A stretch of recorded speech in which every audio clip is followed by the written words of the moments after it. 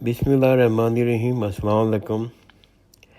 آج کا پروگرام بھی میں ایک سوال کی جواب میں بنایا ہے، اور یہ سوال بہت اہمیت کا حامل ہے۔ بہت اہمیت اس سینس میں کہ جو لوگ اگر مسلم معاشرے میں رہ رہے ہیں، مغربی معاشرے میں رہ رہے ہیں، اور یہاں پر مسلسل تہوار ہوتے ہیں، اور یہ تہوار کرسمس بھی ہے، تھینکس گیونگ بھی ہے، اور دوسرے تہوار ہیں، تو سوال یہ آتے ہیں کہ ہم کیا ان پروگراموں میں، ان پارٹیوں میں شرکت کر سکتے ہیں، اور یہ جو ہمارے بچے جانا چاہتے ہیں تو کیا ہم بچوں کو کس طرح منع کریں۔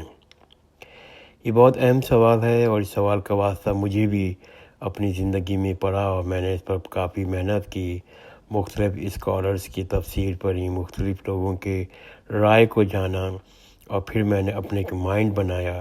تو جو میں نے مائنڈ بنایا ان کتابوں کو پڑھنے کے بعد، تو وہ میں آپ کے ساتھ شیئر کر سکتا ہوں۔ تو سوال کا جواب سمپلی یہ ہے کہ آدم کی اولاد ہونے کے ناطے ہمارے رشتے کی بنیاد ہر شخص سے، خواہ مسلمان ہو یا نہ ہو، انسانیت پہ ہے۔ تو آدم کی اولاد ہونے کے ناطے ہمارے رشتے کی بنیاد ہر شخص سے، وہ خواہ مسلمان ہو یا نہ ہو، انسانیت ہے۔ مذہب کی بنیاد پر، فرقوں کی بنیاد پر، ذات پات، نسل اور رنگ کی بنیاد پر اللہ سبحانہ تعالیٰ کسی سے بھی نفرت کرنے کا حق نہیں دیتا۔ انسانی بنیادوں پر سب بہن بھائی ہیں۔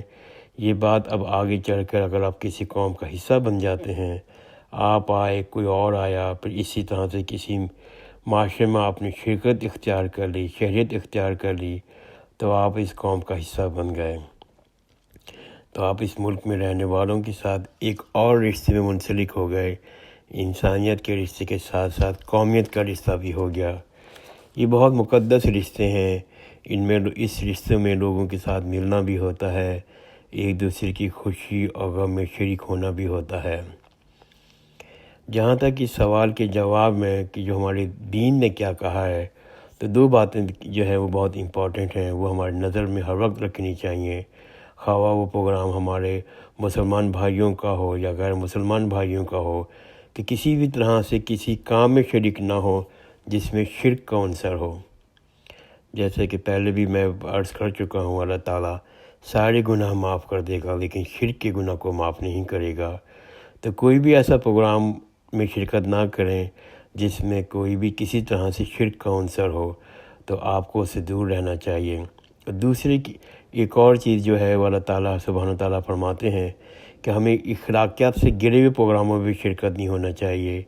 مطلب یہ کہ ہمیں بے حیائی اور کوئی ایسا پروگرام جس میں بدکاری کا عنصر ہو، اس سے دور رہنا چاہیے۔ اسی دو چیزیں جو ہیں آپ ہمارے دماغ میں مد نظر رکھنی چاہیے کہ مغربی معاشرے میں کوئی بھی پروگرام اٹینڈ کرنے جا رہے ہیں تو دیکھیں کیا اس میں کوئی شرک کا عنصر تو نہیں ہے، یا اس پروگرام میں کوئی اخلاقیات سے گری ہوئی تو حرکت نہیں ہوگی۔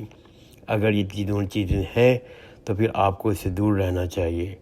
اور جہاں تک بچوں کو منع کرنے کا تعلق ہے، تو جو میں نے سیکھا ہے اپنے علماء کرام سے اور اسپیکر سے، وہ یہی سیکھا ہے کہ بچوں کو منع نہ کریں، بلکہ بچوں کو ایجوکیٹ کریں، بچوں کو بتائیں کہ ہمارا اسلام کیا ہے، اور اسلام میں کیوں منع کیا ان چیزوں کو، کہ شرک سے کیوں منع کیا گیا ہے، اور اخلاقیات سے گرے ہوئے پروگراموں کو کیوں منع کیا ہے۔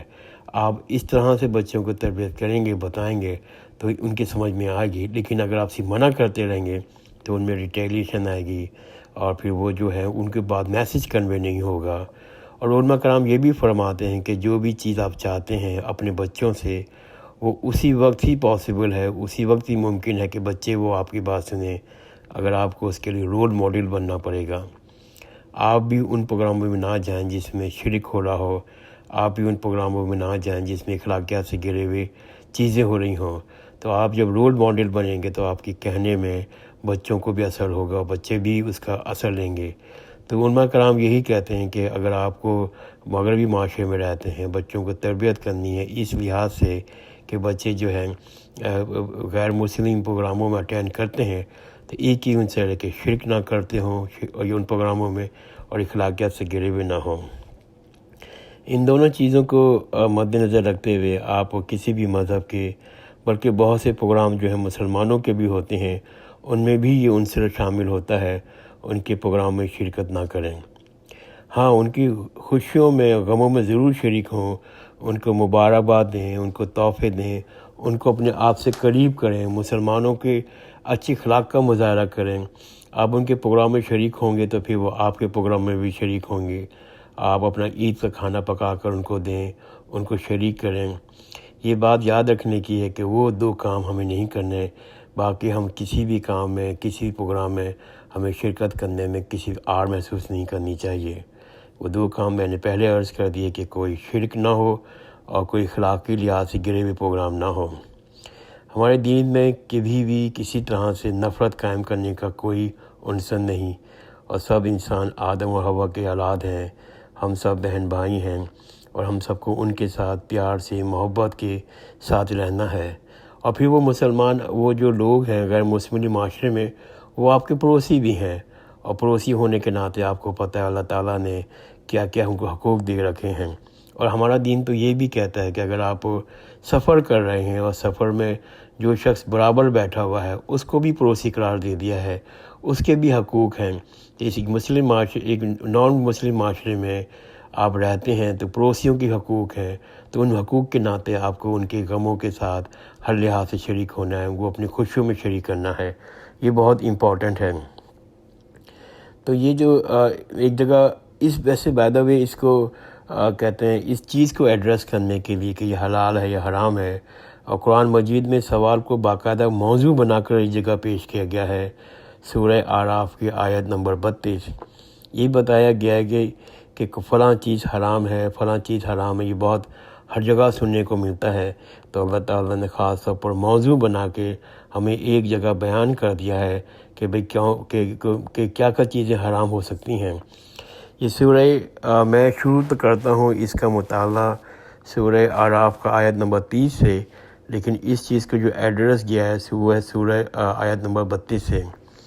اللہ سبحانہ تعالیٰ سورہ اعراف کی آیت نمبر 30 میں فرماتے ہیں کہ اے بنی آدم، ہر نماز کے وقت اپنے آپ کو آراستہ کر لیا کرو۔ ہوتا یہ تھا کہ بعض اوقات عرب معاشرے میں کچھ لوگ، عرب لوگ ننگے ہو کر بیت اللہ کا طواف کرنے کو زیادہ ثواب سمجھتے تھے، تو یہاں پر حکم دی کیا اللہ تعالیٰ نے خاص طور پر کہ جب تم عبادت کرنے کے لیے کھڑے ہو تو سلیقے کا لباس پہن کر نماز پڑھنی چاہیے، عبادت کرنی چاہیے۔ تو فرمایا اللہ تعالیٰ نے اے بنی آدم، ہر نماز کے وقت اپنے آپ کو آراستہ کر لیا کرو، اور کھاؤ پیو اور اسراف نہ کرو، کیونکہ اللہ اسراف کرنے والوں کو پسند نہیں کرتا۔ اسراف کے معنی کئی ہیں، میں چھوٹی سی مثال دے دیتا ہوں کہ اگر آپ گنجائش سے زیادہ خرچہ کرتے ہیں کسی بھی چیز میں، وہ اسراف کے پہلو میں آ جاتے ہیں۔ وہ آج اس کا ٹاپک نہیں ہے تو میں زیادہ اس کو کور نہیں کرنا چاہتا۔ آگے اللہ تعالیٰ فرماتے ہیں کہ آپ پوچھیں کہ زینت اور پاک روزی اللہ نے اپنے بندوں کے لیے پیدا کی ہے۔ آپ پوچھیں کہ زینت اور پاک روزی اللہ نے اپنے بندوں کے لیے پیدا کی ہے، اس کو کس نے حرام کیا ہے؟ آپ کہہ دیجئے کہ دنیا کی زندگی میں یہ چیزیں مومنینوں کے لیے ہی ہیں۔ آپ کہہ دیجئے کہ دنیا کی زندگی میں یہ چیزیں مومنوں ہی کے لیے ہیں، آخرت میں بھی خاص ان کے لیے ہوں گی، سمجھدار لوگوں کے لیے۔ ہم اسی طرح صاف سب آیتیں بیان کرتے ہیں۔